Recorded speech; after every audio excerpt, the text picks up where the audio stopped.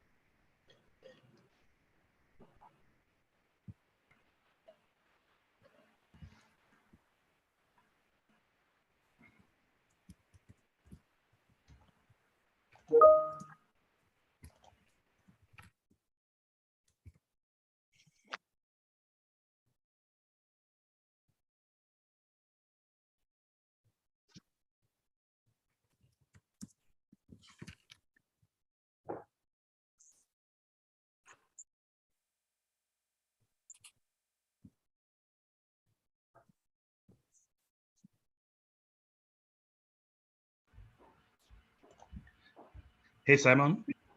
Yes. It seems the video button is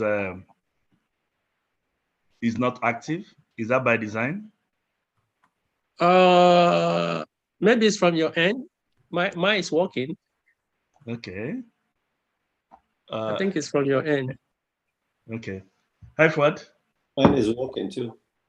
Oh, okay. So maybe let me let me log out and back in and see whether that works. Yeah. Oh, okay. I think I solved that out.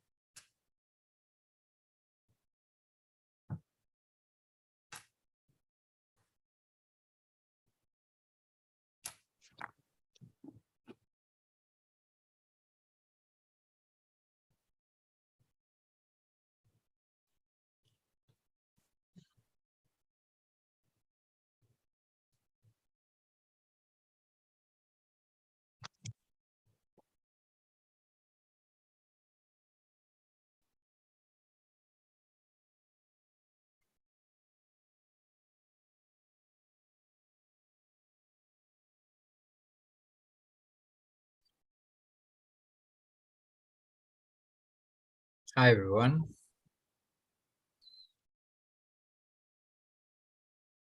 Hi, Patrick.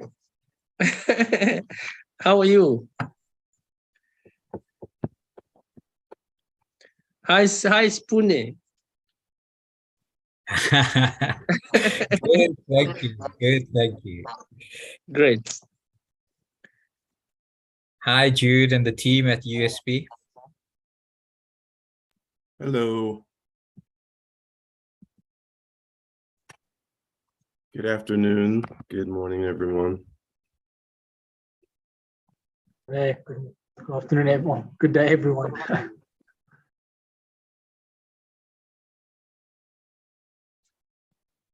Hi, everyone. Apologies for my silence. I'm just setting up everything for the live feed to go through as well on our YouTube channel. Brilliant. Thanks.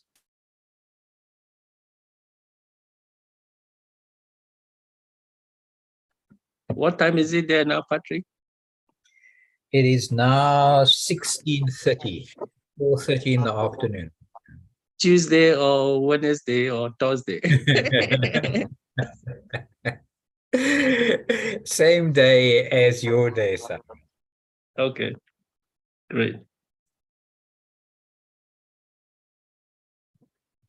Okay, we'll give it another minute or so as we wait for people to join. It's now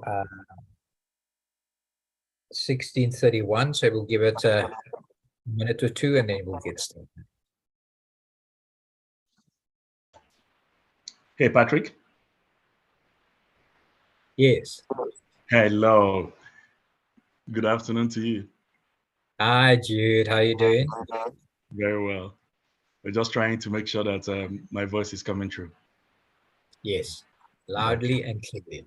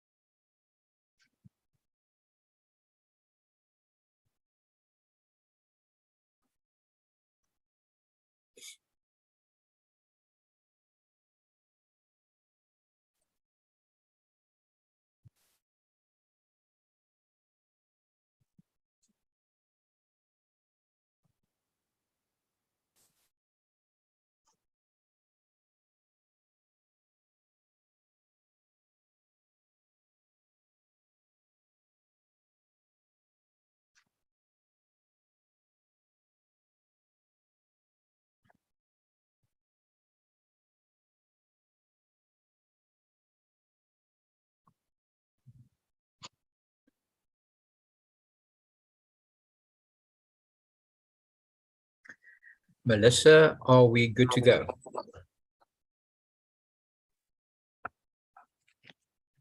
Hi, Patrick. We have 6 attendees, so we are good to go. Yes, online on Zoom. Yeah. Okay, and you've got the other links sorted out as well. Yes, I'm just sharing it to LinkedIn now as we speak. Okay. Okay, so good afternoon, everyone. Welcome to this webinar, and we're very grateful to be collaborating with the team at USP. We think this is an important contribution that USP is making to efforts on the African continent to build vaccine manufacturing capacity. And I think that we all sing the same tune when it comes to partnerships, partnering, and partnering. That this is not a race that we run alone. So I'd like to extend my thanks to Jude and the team at USP for reaching out to AVMI and creating this opportunity to share some perspectives from the USP side of your plans to engage stakeholders on the African continent. A little bit about AVMI. We as an organization were set up more than 10 years ago to focus on capacity building with respect to vaccine development and manufacture on the continent for a time such as this. And the time such as this, I'm obviously referring to, is COVID and the devastating impact that this pandemic has had, health-wise, economic-wise, just socially as well. We raised the flag back then, saying that we need to be more prepared.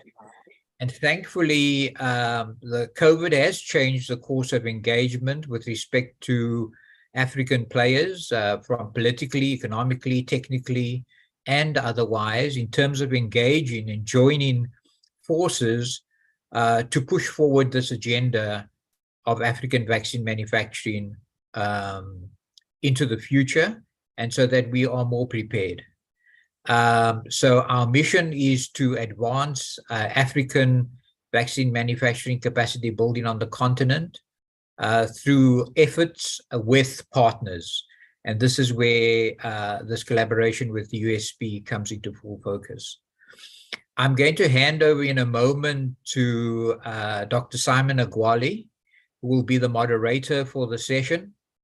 And I'm very happy to introduce Simon as a friend and as a colleague at AVMI.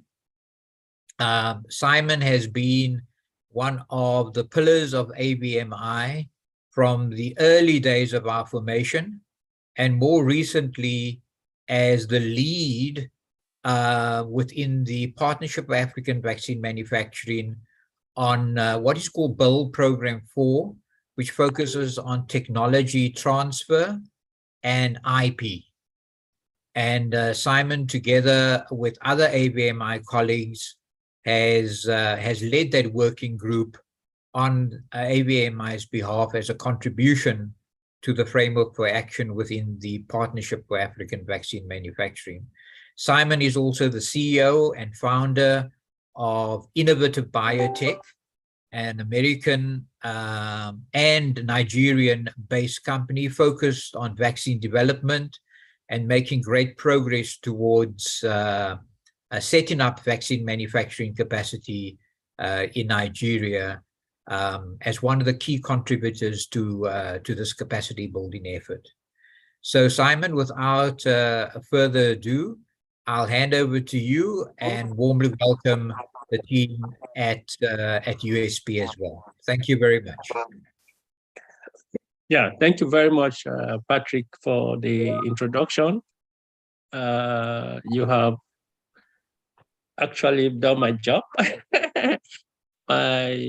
What is left now is to introduce Jude Nwokike, who we introduce his other colleagues, and then go straight to the job of the day. And then after the presentation, I mean, if you have any question, you can put them in the chat room. And then after the presentations, we will read those questions to the presenters, and then we'll take it from there. So, of course, this started informally with Jude. We had, this discussion, and then here we are today. That led him to travel to South Africa. I met with Patrick and the mRNA Hub and other organizations to discuss the possibility of having this workshop in December.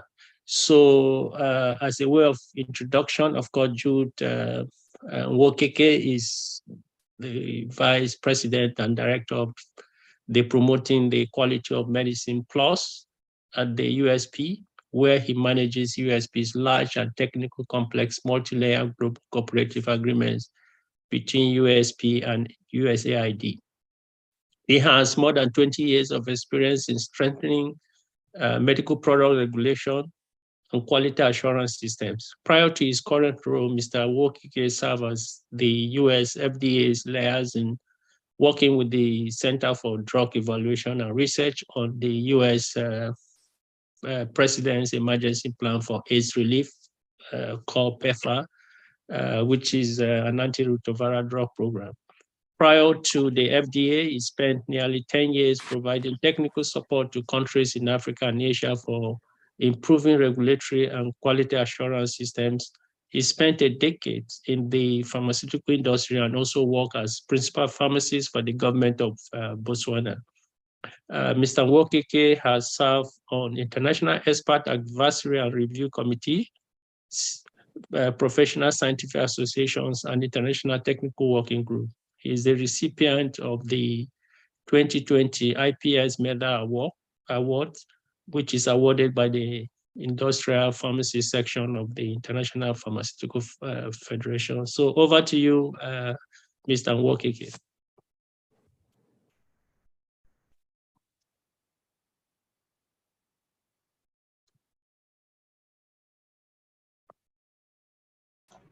All right, thank you very much. Thank you, Simon. I hope you can hear me.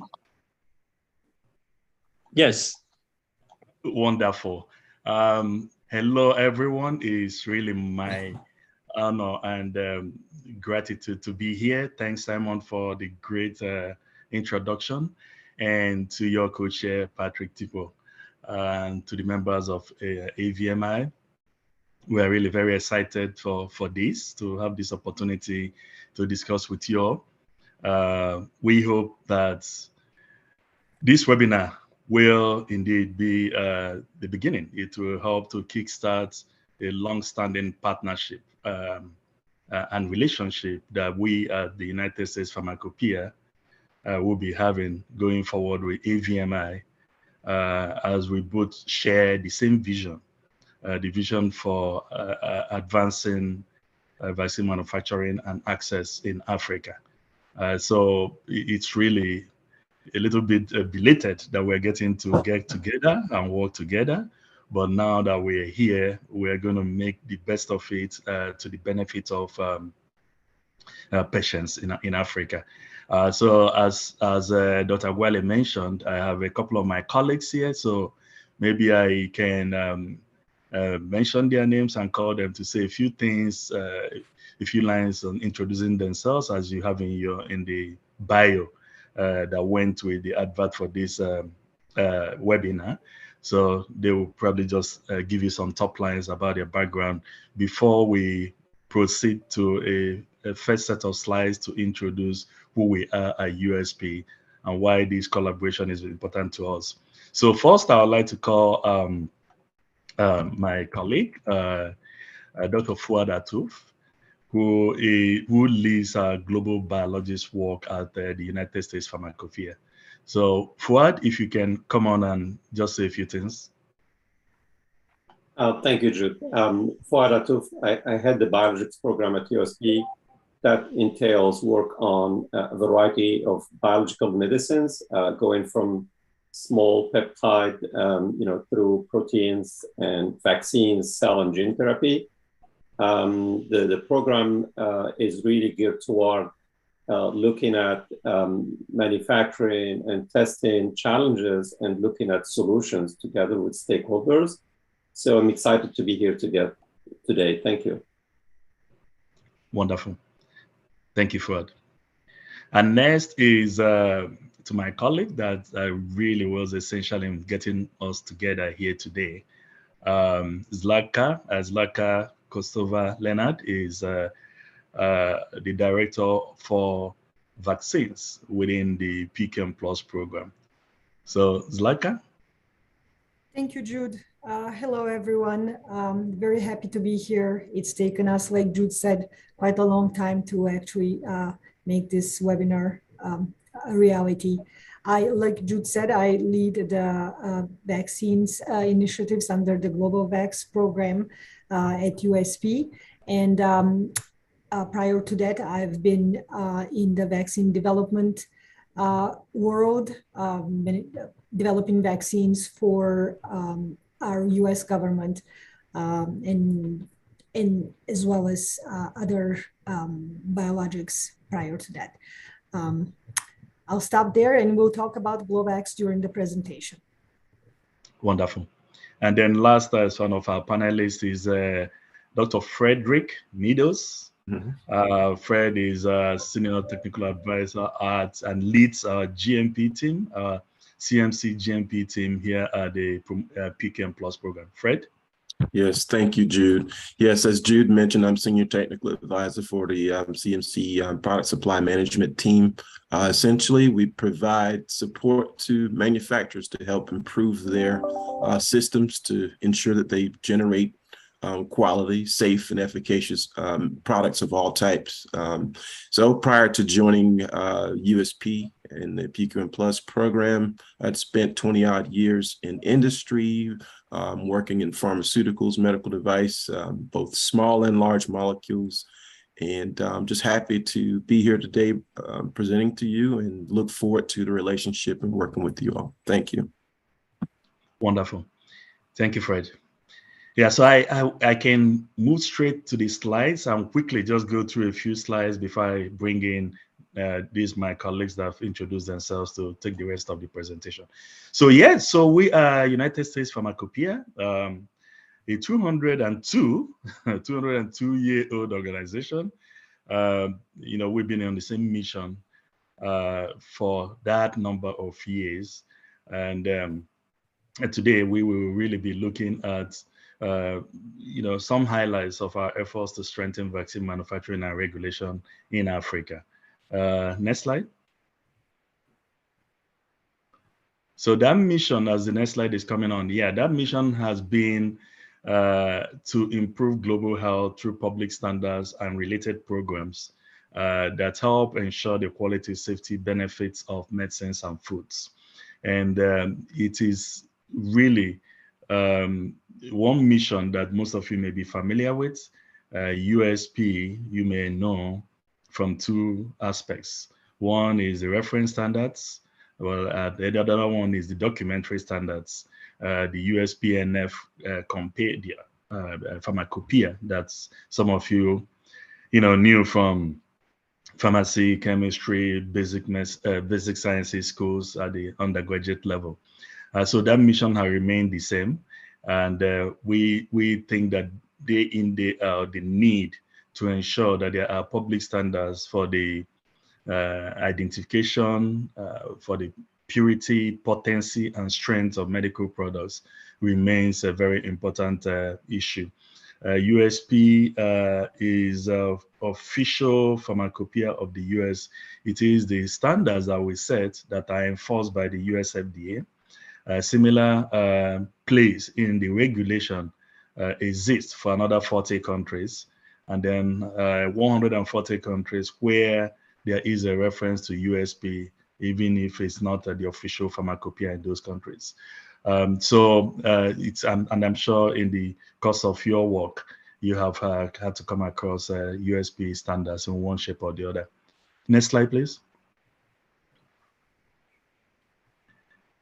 And so to be able to accomplish that enduring mission, we have 1,300 plus staff. But staff is really one side of the story, because USP is built around volunteers, expert volunteers that work, that are experts globally, that contribute to the science and the standards that we set. But just looking narrowly on staffs alone, more than 1,300 working all over the world. I'll point your attention to 51% of these staff that are within the global science and standards unit or the division at United States Pharmacopoeia. So really a science-based organization, true and true. And then you have 10% of us coming from the Global Health and Manufacturing Services, which is the arm, literally the implementation arm of some of those USP standards. Next slide. And that implementation arm has been doing this work for 30 years, because this all started with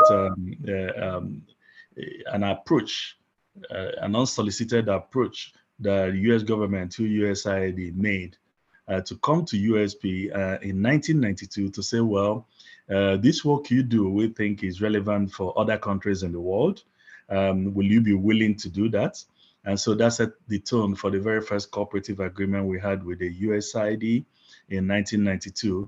But over the course of those 30 years, USP has helped, facilitated, and supported countries to improve regulations, build and strengthen laboratories, improve medicine safety, and help in getting health systems to become more and more accountable. In doing that, we've supported 50 plus countries, worked with literally hundreds of manufacturers. And indeed, this slide can be updated, because in terms of really engaging with manufacturers, introducing the concept of CGMP and helping them as they progress towards making products according to international standards, it is hundreds, not just 100 plus manufacturers. Out of these, about 41 of them, a little bit more, again, need some updates, have received some form of international pre-qualification, WHO pre-qualification, or international stringent agency approval, or no objection for procurement from groups like UNICEF, Global Fund, and others. So as you will see, we had literally being a vehicle to supporting the adoption of current good manufacturing practices. And some of these products that had been gotten to international standards are small molecules predominantly, but some are parenterals, some are very challenging formulations, and some are what you could call in strict terms these days to be complex generics. Our work in vaccines is also one that is getting hold, but prior to PKM Plus work in that area, there's extensive capability and background that USP have in work in that area that you hear subsequently in the course of this presentation. In terms of laboratory, an area that you all know a lot about us, more than I can state here. We have supported, again, literally scores and scores of laboratories to, again, introduce the idea that laboratories must have some level of evidence, some level of capability to generate test results that can be relied on for regulatory purposes, but as well as for ensuring that substandard and falsified medical products are kept at bay. So we have about 25 of those laboratories that have achieved the ISO accreditation 17025, and a host of others that have achieved WHO pre-qualification. Next slide. And in the course, one example of showing how this work happens in reality in terms of the technical areas or the domains of it is to look at the public health priorities that we address. And that is across COVID-19, some of them that we're just showing you now. COVID-19, supply chain resilience, harnessing and advancing biomedical sciences, as well as expanding regulatory capacity. Our work, most of the presentation today, will touch in aspects of this as we move along. Next slide. So in this slide, I wanted to just show you a glimpse of what we've done, particularly the non-vaccine ones for COVID-19 response. So you will see on the left side, the COVID-19 vaccine handling toolkit, which was essentially a work that we did to ensure very early in the epidemic and upon the emergency use authorization that was granted to Pfizer BioNTech mRNA vaccine, to ensure that there are no doses that are lost due to dead space or challenges health workers may have in administering the vaccine, and also to address potential quality issues, particularly beyond use date and others. A very great resource, highly valuable at the beginning of the pandemic and still valuable today. In the middle, you see the USP methods to assist in detecting substandard and falsified, particularly falsified remdesivir.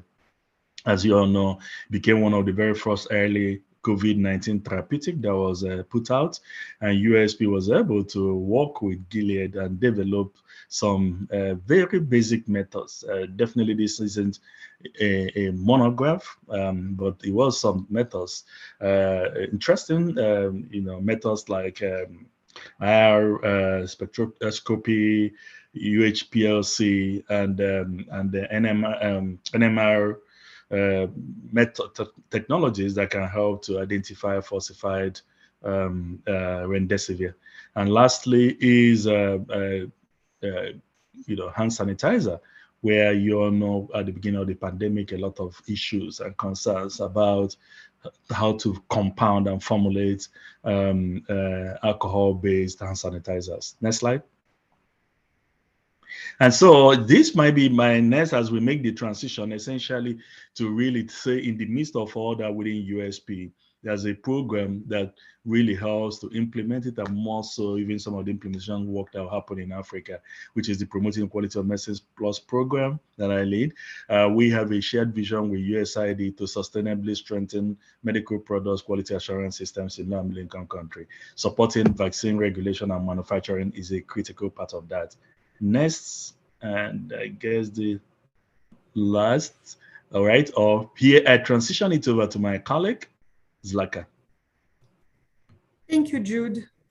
I will be talking to you about specifically the work that we've been doing the last several years on strengthening the vaccine manufacturing and regulation in Africa, and it falls under this PQM Plus program that Jude mentioned, which is funded by the US Agency of International Development. Can we get the next one, please? So this is just a quick overview of our vaccine ecosystem. We strive to take an integrated approach to addressing global health issues. And basically, like for everything else, and like Patrick noted at the beginning, the COVID-19 pandemic has been also a trigger for us to refocus our attention from the small molecule world that we've been, historically been involved in, to ensuring the quality of vaccine and biologics products as well. And we basically, these three gears represent our three main areas where are working in an integrated fashion to deliver our goals. One is global biologics, and that is the group that Fouad will be talking more in detail later. They set the best practices and analytical procedures for the manufacture and quality testing of products. And then we have the global health programs. And under the global health programs, as you can see on the right-hand side, the top one in blue, PQM Plus, is this USAID funded program that Jude mentioned and I work under. And in addition, we have a non-USAID funded part of this program, which also allows us to do even more work, donor funded work, extending, our capabilities to bridge gaps and catalyze interactions with manufacturers, NMRAs, laboratories, and other international organizations. Next, please. So in doing this, our work, we, again, as a science-based, a scientific organization, we take a science-led approach and strive to bridge the needs and find solutions through understanding of the challenges that may be unique to each area, geographic area that we work in, and also catalyze the implementation on knowledge of the gaps of the low and middle income countries. And and this below represents kind of like the overall areas where we work under, a lot of work under infectious diseases. This has been going on historically. Of course, antimicrobial resistance is something of concern. In addition, education and thought leadership for any kind of products and technologies and new things that are happening in the realm of medical products, and then manufacturing, laboratories, and regulatory systems, which we'll speak about in a little more detail in a little bit. Can I take the next one, please? So we do not work in isolation, and we most definitely work under the PAVM framework. As we all know, the African Union has set a goal to increase the vaccine manufacturing on the African continent to meet 60% of the demand by 2040, and has mandated PAVM to develop a framework of action to execute this. This framework of action lays out the key interventions that are required to enable the development of a sustainable vaccine manufacturing industry in Africa, and including the establishment of these of the regional capability and capacity centers to support talent and critical skills development. And they've under this, they've developed 8 bold programs to support the vaccine manufacturing ecosystem.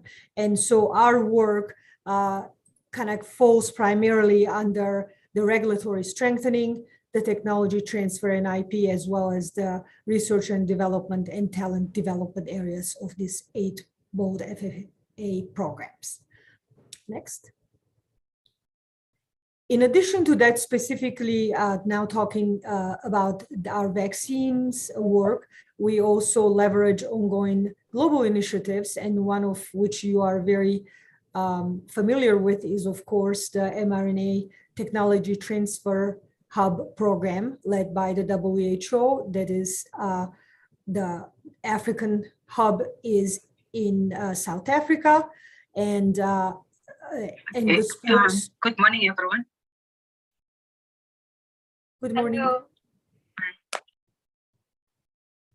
And the spokes are, they're international spokes, but focusing in sub-Saharan Africa, we are working in Senegal, Kenya, and Nigeria, in addition to South Africa within this current project. So, and the next slide, in fact, I can introduce our vaccine initiative. So this falls under this PQM Plus program, and it's kind of like a specialized initiative, which is named Global Vax. And it's a US initiative to accelerate the vaccine delivery assistance around the world. And we were engaged to provide technical assistance to 6 African countries specifically, which are Ghana, Nigeria, Kenya, Rwanda, Senegal, as well as South Africa. And our work, our current work in these countries consists of building regulatory and quality control laboratory capacity, strengthening regulatory systems, support the nascent vaccine manufacturing industry, as well as providing strategic planning assistance. Next, please. So we have, in these 6 countries, we have individual work plan activities. And in addition to these individual channels, we also have 2 joint activities where we will be bringing the participant countries as well as anybody else that may be interested in for joint activities. One of the activities that I would like to talk to you today specifically is this vaccine manufacturing workshop that we are working to have in South Africa at the beginning of December. And the objectives of this joint activity are to bring together the vaccine manufacturing ecosystem, again, which consists of NMRAs and QCLs on one hand, the vaccine manufacturing industry on the other hand, and then academia that provides the workforce that is needed to achieve the goals for Africa 2040.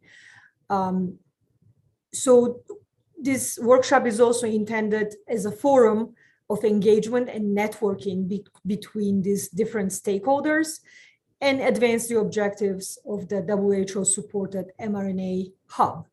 And like I said, of course, is trying to contribute the PAVM 2040 target. Can I take the next one, please?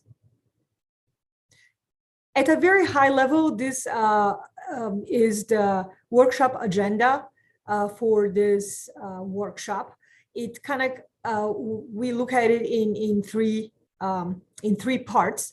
One part will be really providing an overview of vaccine development and manufacturing with lectures by subject matter experts that will take us through the end-to-end from the vaccine development through manufacturing and dossier preparation and submission. The emphasis will be on mRNA vaccines, but that is not to say that the rest is not being covered. We'll be looking at GMP, of course, technology transfer, the analytical development, the phase-appropriate development, and the phase-appropriate then regulations on the NMRA side. So we're trying to make it as a comprehensive, fundamental workshop for anybody interested in seeing the vaccine development and manufacturing process as a whole. We also have a component that will involve in case studies with real-life case studies presentations by the workshop participants. The intent here is to give the forum to the participants, the African participants, whether they are the NMRAs or the industry or whoever has an interesting case to bring to and this will be like small working groups. Really, the intention is to just provide a way for brainstorming in a very neutral area by bringing the NMRAs and the manufacturers together. And here is where we would be interested in hearing from any of the webinar participants, if there is any interest on your side to join our case studies and join the workshop.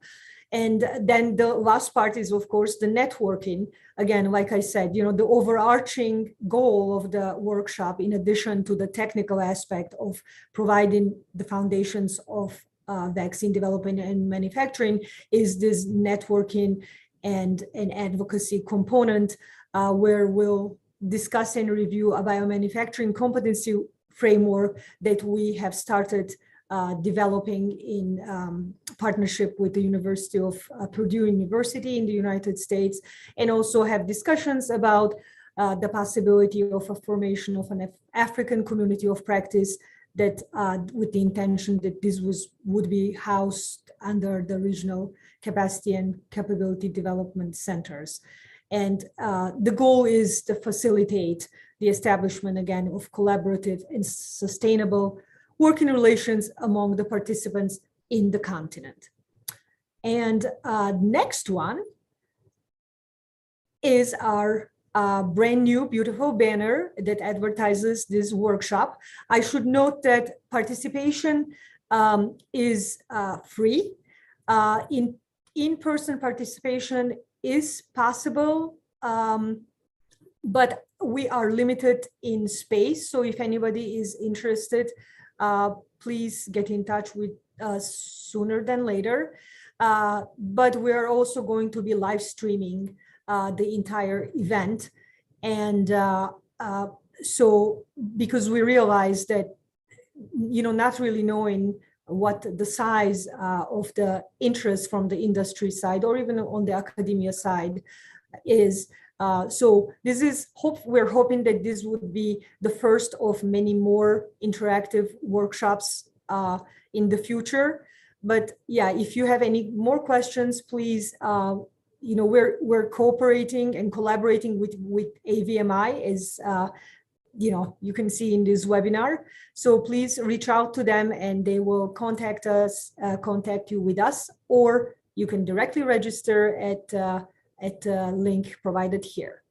Thank you. And I think this is now the time for handing it over to Fred, who will be talking about the details of our capacities in the CMC area. Thank you, Zlatka. Yeah, before Fred comes in, this is important. Have it in mind. If you don't have the answers now, Fred can go in. We want to know your selection process because, again, you are working in 6 countries. The other manufacturers, we have other manufacturers in other countries. Are they also going to be invited to this workshop, or you are restricting yourself to these 6 questions? So just prepare for that, and then we'll take Fred, and then we'll come back to you. Yeah, I can. Yes, Over for to time's Fred. sake, I will quickly respond. No, we are not limited. So the work that we do in the 6 countries is it's one thing, but this workshop is open to anybody that would like to participate. Okay, we'll come back to that after Fred. Sure, yeah, I want to make sure that Fred and Fouad have enough time. Sure. Okay, over to you, Fred, sorry. No problem, thank you so much. You can move on to the next slide.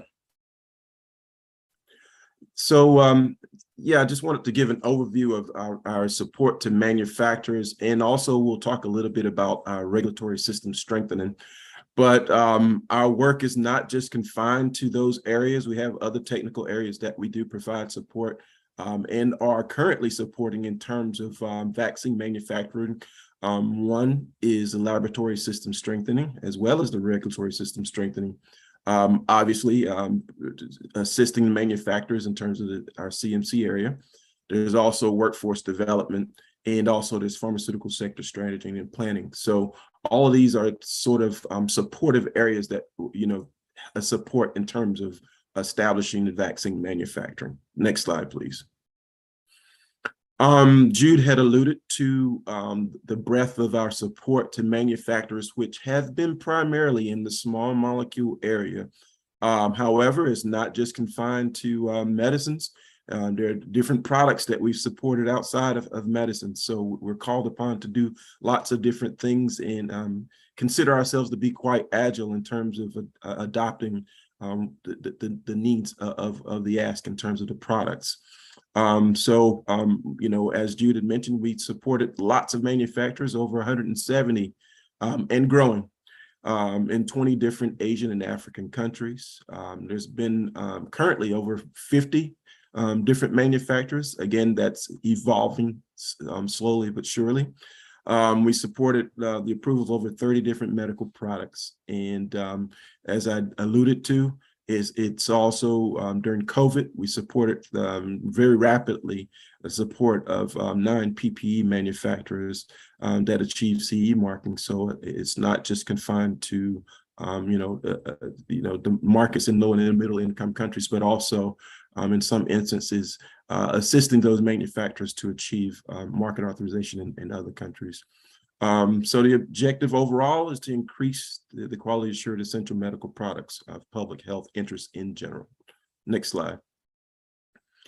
So this slide depicts our general approach for supporting manufacturers, although it says WHOPQ, which is the primary support that we assist manufacturers, but it need not be married to the WHOPQ process. The overall goal is to increase the manufacturer's capability to produce safe, quality, and quality medicines and medical products of all types. So it not necessarily has to be married to the product, and it's very this approach, I would say, will get you 90% of the way, irrespective of the type of product that you're working on. And the general scheme is when we engage a manufacturer is to first understand what their gaps are, obviously understand what their target is. In some instances, that manufacturer may have stringent regulatory authority approval in mind.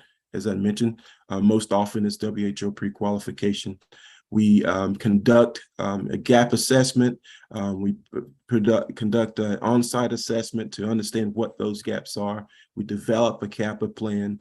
And for essentially the entirety of this technical assistance we provide to the manufacturer, it's about closing those gaps and also getting a firm commitment from the manufacturer on the approach and the timelines, et cetera, for closing those gaps in order to reach WHO pre-qualification or other regulatory authority approvals, local regulatory approvals, et cetera.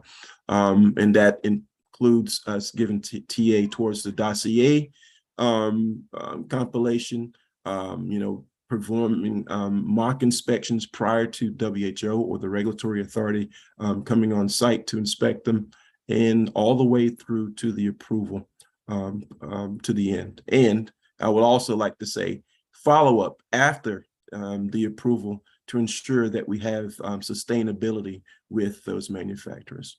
Next slide, please. So with respect to vaccines, so I depicted, our general approach for supporting manufacturers in general. So how has PQM Plus and USP bridged the gap?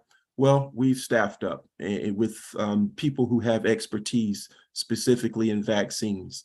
As I mentioned before, you're 90% of the way there in terms of the general approach for improving the quality management systems and the CGMP compliance of the manufacturer. The gap is the expertise where you superimpose that approach on the actual systems associated with the vaccines or biologics manufacturing.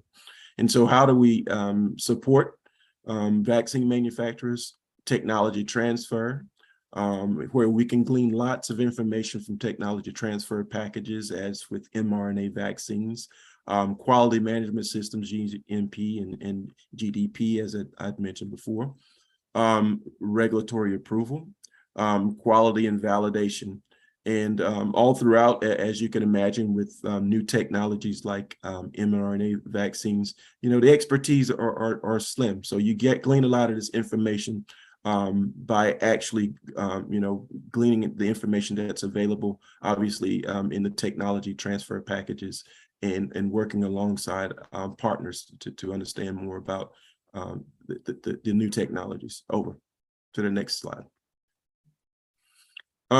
So we have all types of ancillary activities. It's not just direct support to manufacturers, but, again, it's about understanding what are those cross-cutting needs of manufacturers that apply irrespective of the product type. So we do things like manufacturer landscape analysis to understand what those bottlenecks are. Again, those cross-cutting things. And we use this understanding to mold our approach in support to manufacturers, because things are constantly evolving. We like to leverage our relationship with WHO and other regulatory authorities. For example, we have a memorandum of understanding with the WHO that enables us to, understand what are the latest trends in terms of the issues, and what is it that we need to do, again, to evolve to better assist the manufacturer.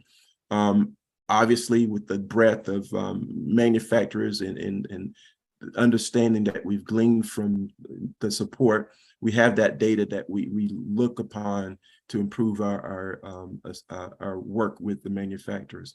And again, those gap analyses are very telling of what are the issues of the day. And ultimately, what this does for us, it allows us to be more agile in terms of working on projects like vaccines, advanced manufacturing technologies, risk-based inspection, et cetera.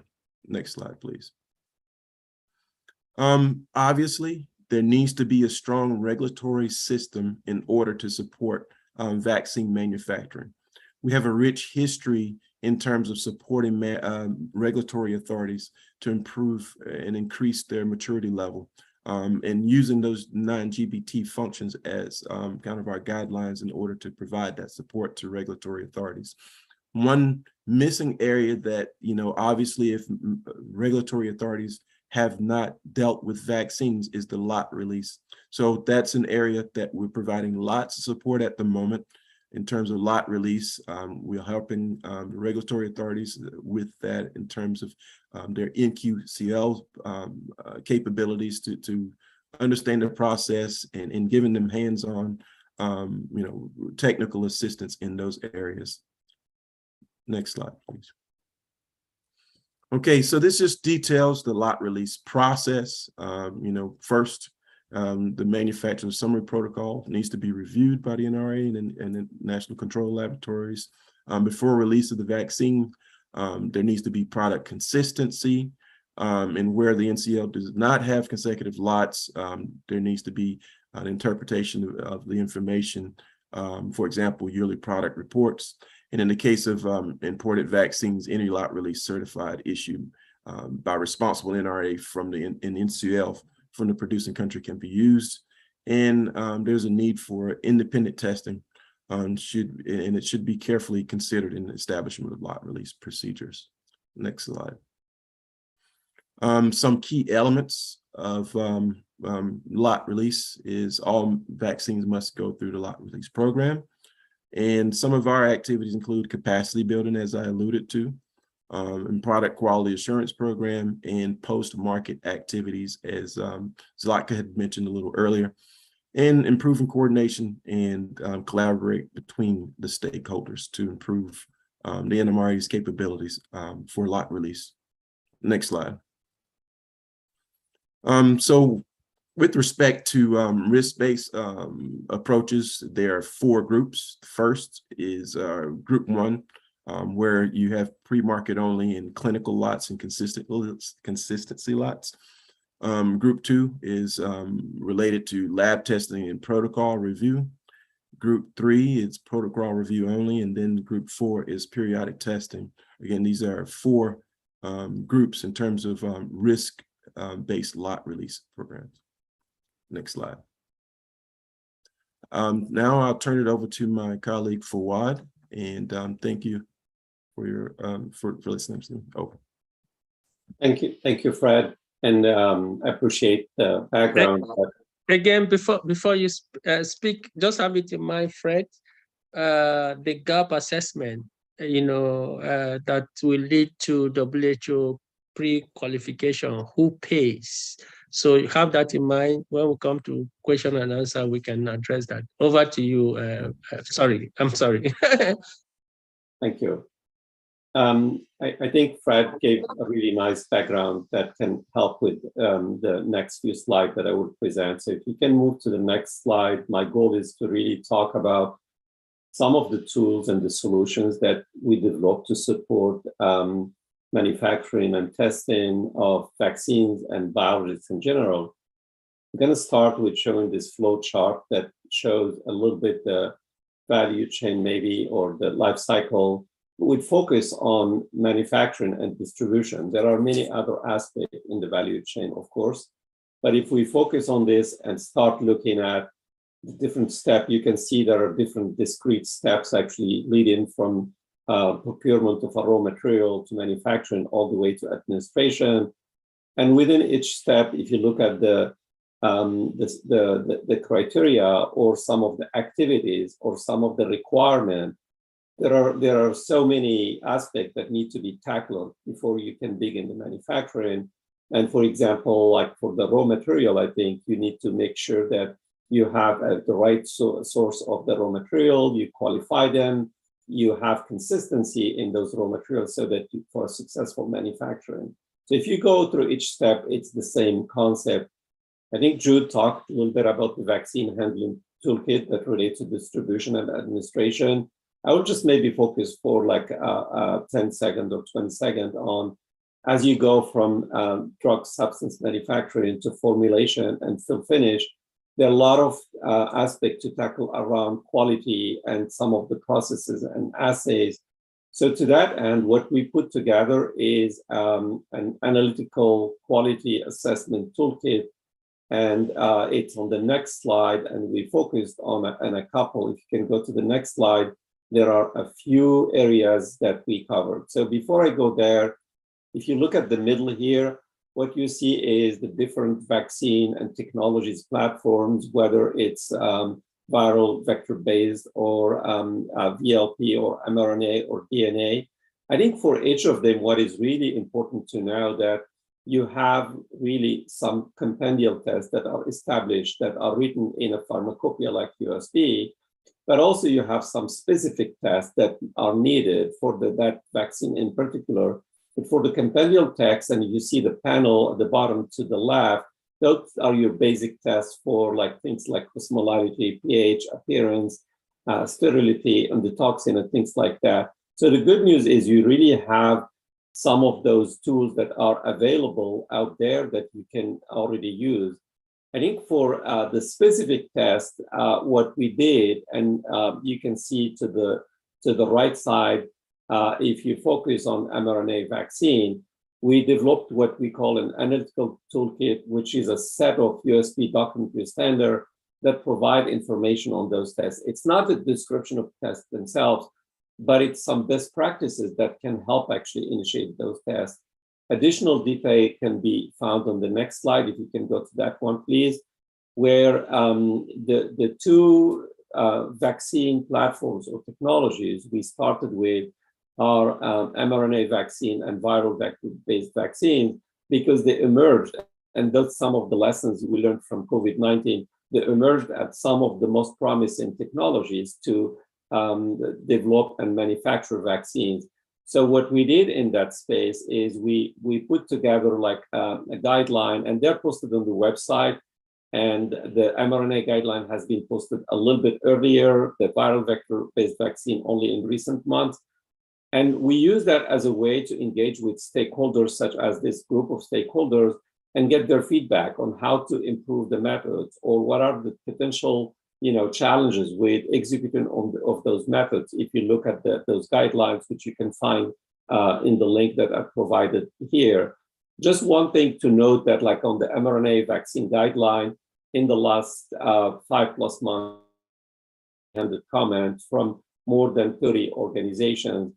And some of the major comments relate to even asking for additional tests, because the initial guideline focused on the bulk substance. And one of the requests that came up frequently in the comment is to have additional information on the drug product, so the finished product with the LNP.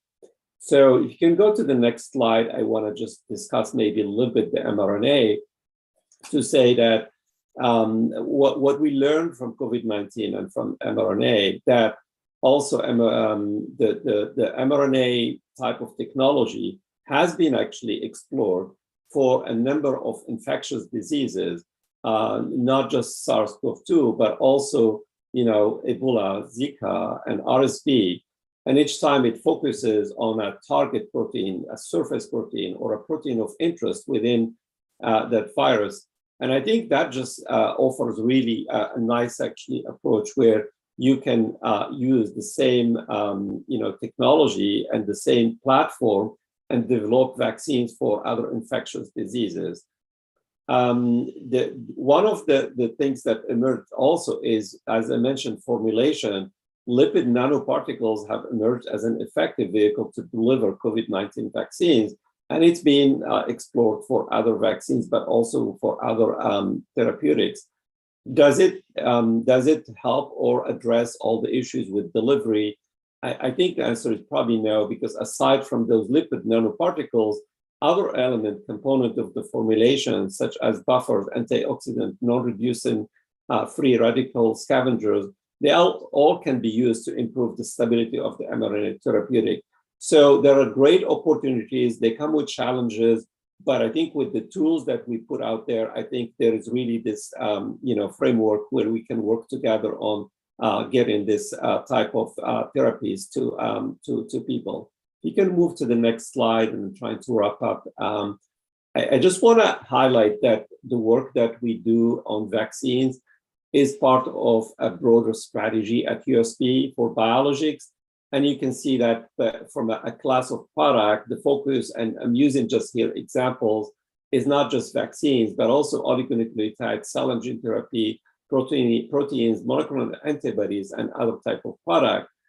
And I think one of the really advantages that we have is, once we have those technologies for the analytical testing, for example, if you establish some of the technologies for testing for proteins or for cell and gene therapy, some of it is really applicable to vaccines. Like if you have a nucleic acid type of method that is established to assess quality of a viral vector used in gene therapy product, well, that same type of approach can be used with some adjustment and some optimization, and it will be adjusted to some of the vaccines that are using viral vectors. The same thing with other, quality attributes. So I think the notion is, what USP is doing is really developing standard solutions that cutting across different type of product with some common tests that apply. Also, I think at the bottom of this slide, what you see is not specific to classes of product, but more those cross-cutting issues like microbial assessment, impurities, data analysis related from genomics. So I think this whole landscape or ecosystem at USP allow us actually to make more impactful work on the vaccine side. You can go to the next slide, please, just to maybe wrap up here. To say that success for us, to support our mission impact, is really to have those tools and solutions in the form of standards to cover different type of product.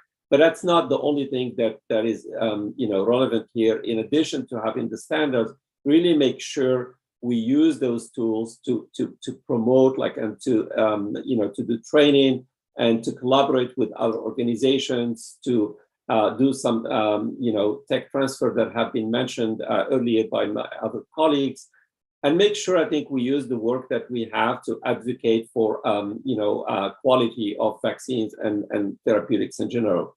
I think I'll stop here and go back to Jude or Simon. And yeah, that was my last slide. Thank you. Well, thank you very much, the USP team, for this very exciting presentation. What we can assure you is that the recordings will be actually sent to all the manufacturers and intending manufacturers on the continent. So to do that, we need to address some key issues. The first is Zlatka. I mentioned earlier the workshop that is coming up in December in South Africa. Again, like I said, from what Jude presented, you will be working in 6 countries, and we have manufacturers in other countries as well. So what is your selection process and the physical meeting that is going to happen in South Africa? Are you going to finance or fund all the participants? And how many participants are you going to fund? And what is the selection process? So that is, very important to know. And then for Fred, again, manufacturers, we want to know, you will help them to get to WHO PQ. So who pays for, you're going to identify the gaps, and then you see how to address the gap to help the manufacturers to get to WHO PQ. Who pays for these services? So it's important for us as we are sending this recording to manufacturers, because of course they will be independently contacting you to help them in the whole process. How does USP operate? Who pays for those services? Over. Thank you, Simon. I'll take the first question, and that's a very legitimate question to ask. So in terms of the selection process of the 6 countries, as Jude mentioned, and I reiterated, this is a donor-funded program, PQM Plus, with USAID funding. And so the selection of the 6 countries that we have this in the Global Vax Initiative, it's driven by USAID. And again, this is an initiative with a defined period of performance, but that doesn't mean that in the future it is going to be limited to these countries. And anything is possible in the future. We're always positioning ourselves in a way that we can be, in fact, impactful is in as many countries as possible where we are needed, where our services are needed. As far as the workshop goes, so again, it's the participants that we are able to fund under this program are limited to about 30, 35, and that selection process has been more limited to NMRAs and QCLs, because one of the main things that we're doing under this initiative is strengthening the regulators and the laboratory testing, the QC testing capabilities. Now, having said that, so when we say that the participation is open, the funding is not there for us to be able to fund any additional participants, but we may, through other means, be able to fund or facilitate participation of others. And that was the reason why we, as we were designing and planning this workshop, we decided to incorporate the live stream component, knowing that we had limitations in the number of people that we were able to fund, and that maybe not everybody is capable of self-funding. Jude, did you want to add anything else to this? Just very quickly to say, completely agree with. We lost you, Jude. Sorry, can you hear me now? Yeah, just to completely agree with Zlatka, and also mention that the yes is targeted at 6 countries, but the resources, the knowledge, all that we're providing is going to be available for other countries that are interested in building their capacity for vaccine manufacturing. So in the course of the work we do, the good thing is that the deliverables out of the work we do are all in public domain. They are going to be in public domain, and they are going to also, most of them will be pushed over to the PAVM,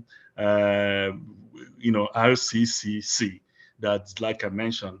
So the whole idea is that it contributes to the overarching objective of PAVM to build sustainable capacity in the continent, right? So the 6 countries are merely our index countries, but the resources coming out of the implementation of the activity will be available to all. Over. Fantastic. So that means you have funding for 30, 35 participants. And, as part of the conditions, for assessing this fund is to fund participants from these 6 countries only initially. So the question is, if other countries, that are not in part of your initial experiment, let me put it that way, want to send their staff to participate at this meeting, and then they are willing to pay for, the participation. Will they be open to this? Yes, most definitely. However, the second limitation that we have is the space, which the space and the accommodations that we have been working to, what's the word I'm looking for, to secure. So that's why I would encourage anybody that may be interested to get in touch with us sooner than later, so we can make a judgment call as to where we are going to have to have a cutoff for the in-person participation. I think from my side, I would say that at the beginning we didn't quite know what the interest level would be, but when we spoke to Patrick, Patrick and Ibrahim, they were extremely excited about this workshop, and encouraged us to reach out to the AVMI membership. And so this is kind of it's wonderful that is growing, but maybe, like I said, maybe we need to treat this as an experiment and collaboratively see what we can do to maximize our capabilities to make this successful for anybody that may be interested. I think that's really all I can say at this point. Fantastic. Like you said, December, let's see how successful this becomes. Yes. And then if it is very successful and there is this huge demand, we can always talk to other organizations to repeat the workshop, as we proceed. So over to you, Fred. Yes, and I think, Simon, the question's been answered. It's donor funded. What's in scope of our donors, what's covered in terms of these GMP gap assessments. And so just to further add what the support looks like, we'll have individuals who are very expert in their roles to, be dedicated in helping assess those manufacturers and helping them reach their goals in terms of PQ and other targets for them in terms of regulatory approvals. So that's the short answer.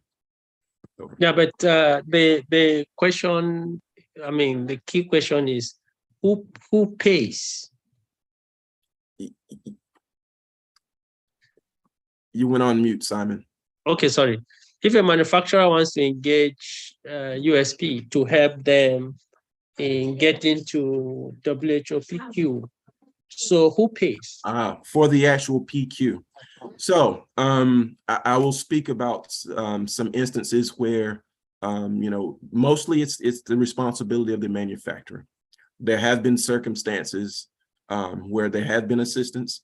I can't speak about that as a possibility under this program or not. Again, that's at the discretion of the donor.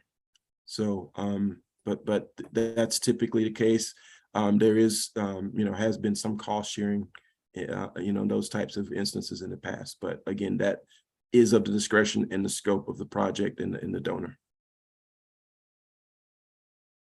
A question here, it said, apart from the pooling of resources from this international philanthropic organization is providing funds for vaccination, such as malaria vaccines, for an example, which other method or suggestion can be recommended with regards to financial perspectives for funding vaccination for sub-Saharan Africa? I think this one is for Jude.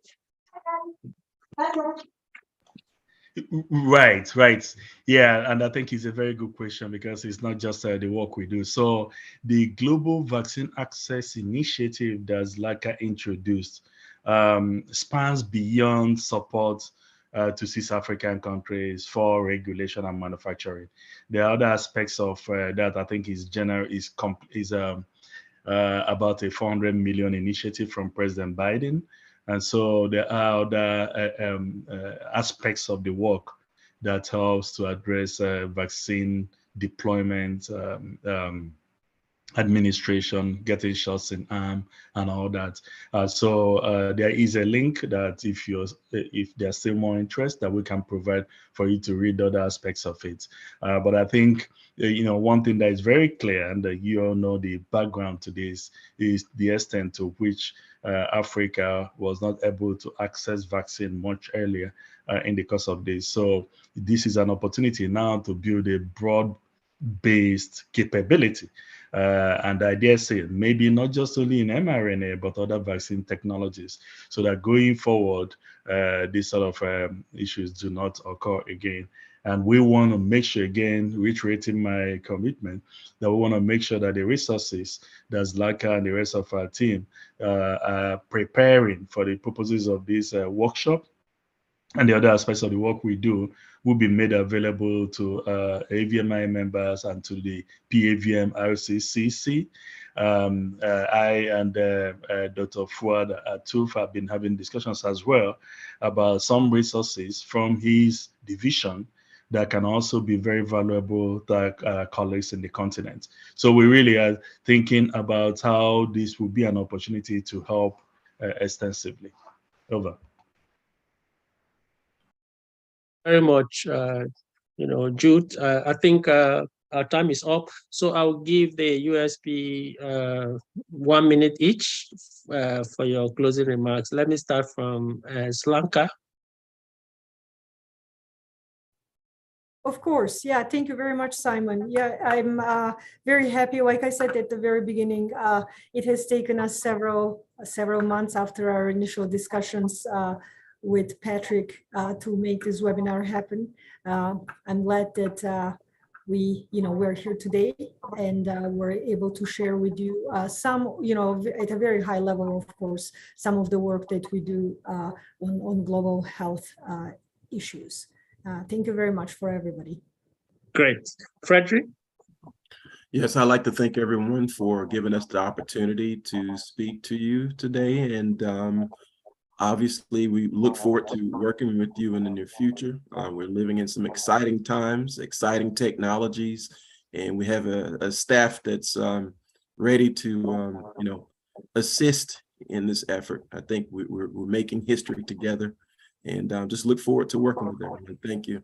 Over. Great. Phil? I hope I pronounced it well, Phil. Well, thank you. Thank you again for the opportunity. I hope I gave a very little overview of the work we do, and that work is really behind supporting the technical assistance that my colleagues from PPM Plus actually are champions actually in those areas. I think I see our role as helping with facilitation and adoption of these new technologies. I look forward to working with everyone on this. Thank you. Fantastic. And finally, Jude. Well, thank you so much. It's really finally a dream come true to have this session with the AVMI and under your co-chair and leadership, Dr. Agwale and Patrick Tippoo. We are really very excited.